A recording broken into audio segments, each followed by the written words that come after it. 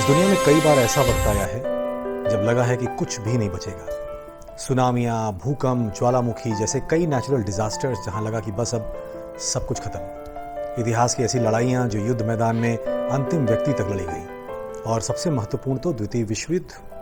अपनी कई जापान यात्राओं में मुझे हिरोशिमा और नागासाकी भी जाने का अवसर मिला। यकीन मानिए, सिर्फ ये सुनने से कि वहाँ एटम बम गिरा था, आप कभी भी नहीं समझ सकते कि इसका असली मतलब क्या हुआ। पहले से सारी जानकारी के बावजूद सच्चाई को देखना, समझना मेरे जैसे व्यक्ति के लिए रोंगटे खड़े कर देने वाला था। बड़ी बड़ी इमारतों से भरा पूरा का पूरा शहर बिल्कुल धूल में बदल गया।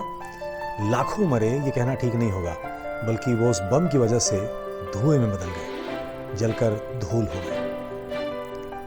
और जो बच गए वो कई वर्षों तक तड़पते रहे, कई पीढ़ियां खराब हो गई। ये सब हुआ, पर आज वही हिरोशिमा और नागासाकी एक बेहतरीन इंफ्रास्ट्रक्चर वाला एक बेहद खूबसूरत शहर है। जानते हैं क्यों? क्योंकि वहां के लोगों ने हार नहीं मानी।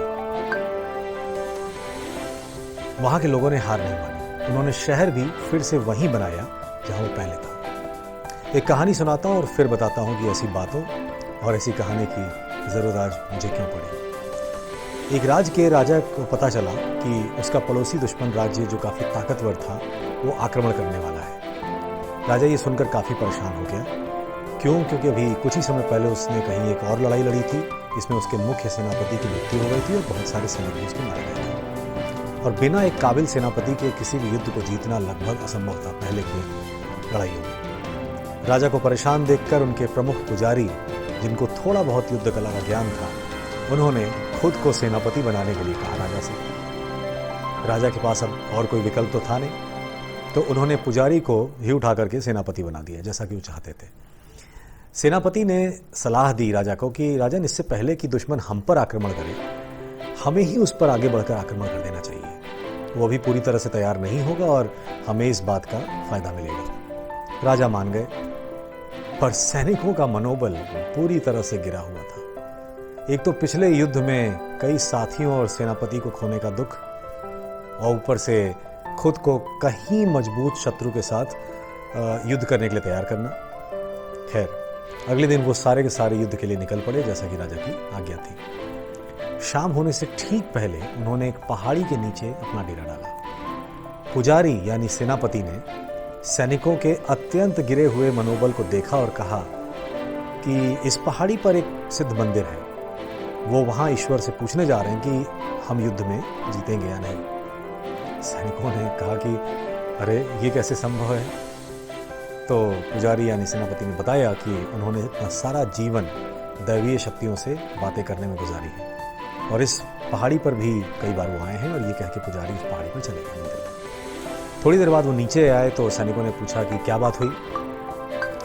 तो पुजारी ने बताया कि ईश्वर ने कहा है कि अगर आज रात को इस मंदिर से प्रकाश निकला तो समझो तुमको कोई भी नहीं हरा सकता, लेकिन अगर ऐसा नहीं हुआ तो चुपचाप वापस लौट जाना, नहीं तो मारे जाओगे बुरी तरीके से। फिर धीरे धीरे अंधेरा हुआ और मंदिर रोशनी से प्रकाशित हो उठा। सैनिक बेहद उत्साह के साथ जीत का जयघोष करने लगे। ये देखकर उनमें जैसे कई गुना ऊर्जा का संचार हो गया और उन्होंने बिना आराम किए रात में ही आक्रमण करने के लिए पुजारी से कहा, सेनापति से कहा।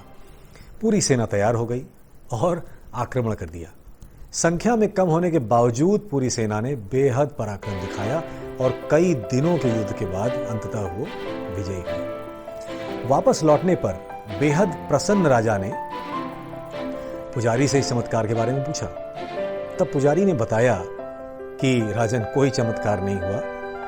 वो जब ऊपर मंदिर में गए तो उन्होंने वहां पे कई दीपक जला दिए।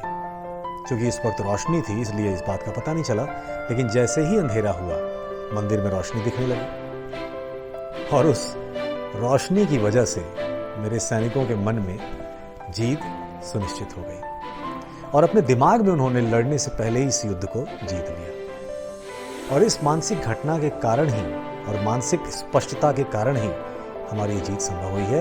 एक असंभव और कठिन युद्ध भी अंत में जीता गया। दोस्तों, जब हम लोग सोचते हैं ना, तो जैसा सोचते हैं वैसे ही बन जाते हैं। हम जो कुछ भी सोचते हैं वो घटनाओं में बदल जाता है। इस बात का ध्यान देने की ज़रूरत है कि आप क्या पढ़ रहे हैं, किसको सुन रहे हैं, किस प्रकार के विचारों को मन में ला रहे हैं, आजकल कैसे वीडियोस देख रहे हैं, आपकी प्रेरणा का स्रोत क्या है, आपको प्रेरित कर कौन रहा है। बहुत ज़रूरी है, बेहद ज़रूरी है। आज हमारे आसपास कई लोग मन से हार जा रहे हैं। जो हो रहा है सब आपको पता है, क्या हो रहा है, किस तरह की दुनिया चल रही है, क्या सब समस्याएं हैं। कुछ होने से पहले ही वो डर जा रहे हैं। बिना कुछ हुए भी कई लोगों के मन में कुछ बहुत बुरा होने की आशंका घर कर गई है। कईयों को लग रहा है वो मर जाएंगे। जिनके साथ कुछ हुआ है उनका तो मन ही टूट जाता है, चाहे वो क्वारंटाइन हो, चाहे वो बीमारियां हो। आखिर मन टूट जाएगा तो जीत मिलेगी कैसे। सेना कमज़ोर जरूर थी, छोटी थी, ये महत्वपूर्ण नहीं था। उसका विश्वास मजबूत हुआ, इस वजह से उन्होंने दुगना पराक्रम दिखाया और उनको जीत मिली। कहते हैं ना, मन के हारे हार है, मन के जीते जीत। आप जो भी परिस्थिति, चाहे जैसी भी हो, रात कितनी भी लंबी हो, no matter how long the tunnel is and how pitch dark it is, सवेरे का इंतजार करिए, सवेरा होने तक बने रहिए। आज के हिरोशिमा नागासाकी से सीखिए, कुछ नहीं होगा ऐसा मानना पड़ेगा। डर तो लगेगा, आज पूरी दुनिया डरी हुई है। डर का ना होना साहस नहीं है, बल्कि डर पर विजय पाना साहस है। बहादुर वो नहीं है जो भयभीत नहीं होता, बल्कि वो है जो इस भय को अंत में परास्त करता है। तो इस लड़ाई में साथ आइए, क्योंकि हार होगी या जीत, आप रहेंगे या नहीं, ये तो नहीं पता, पर पूरे साहस के साथ लड़ा जरूर जा सकता है। ये कर सकते हैं। मैं इस कहानी के माध्यम से एक दिया जला रहा हूँ।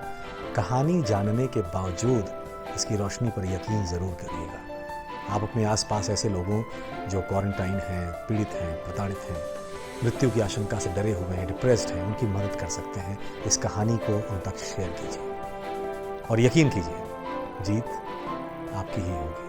क्योंकि जब तक आप जीते नहीं हैं, तब तक आपको ज़रूर जीना चाहिए।